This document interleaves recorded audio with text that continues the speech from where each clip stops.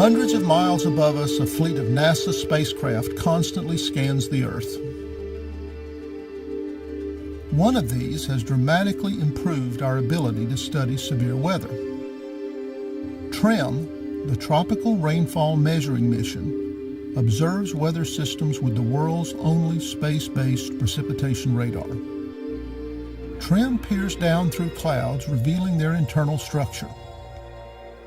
Using TRMM measurements, scientists identified a dramatic feature in the structure of Hurricane Bonnie. Towering rain clouds close to the eye wall nearly reached the stratosphere. These structures, called hot towers, extended higher than commercial jets fly. Research into these observations has led scientists to new insights about hurricanes. Let's look at the role hot towers play in hurricanes. A hurricane's eye is an intense low-pressure system. Near the ocean surface, air spirals inward in an attempt to fill the low-pressure region.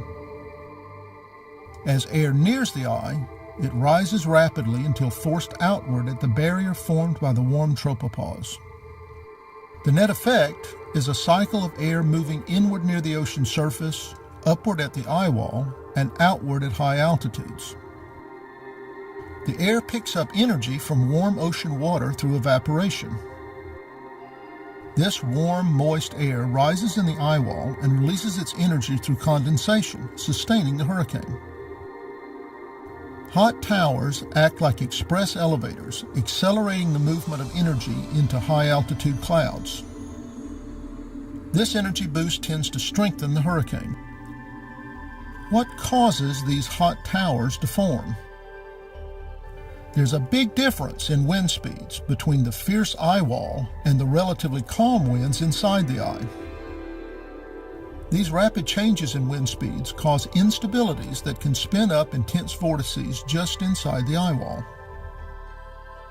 Near the surface, air spiraling inward collides with these vortices, forcing the air upwards, creating an updraft. A very strong updraft in the eye wall carries moisture much higher than normal, creating a hot tower. High-resolution computer simulations of hurricanes show the formation of hot towers. In this simulation of Hurricane Bonnie, hot towers are clearly visible. The arrows show winds swirling near the surface where energy is picked up from the warm ocean. Some of this air moves into the hot tower and rises rapidly, boosting the hurricane's strength. But it's more complicated than that, because hot towers move with the hurricane, and there are often multiple updrafts. When air passes into a hot tower, it rapidly rises higher.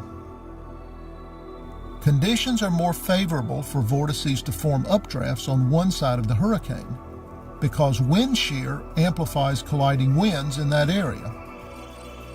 Wind shear causes these updrafts to weaken in other areas of the eye. Vortices can also pump high-energy air from the eye into the eye wall, boosting the strength of the updrafts and intensifying the hurricane. Scientists have confirmed a connection between hot towers and hurricane intensification, but forecasting intensification remains a difficult problem. Combining satellite observations with supercomputer simulations provides a powerful tool for studying Earth's complex systems.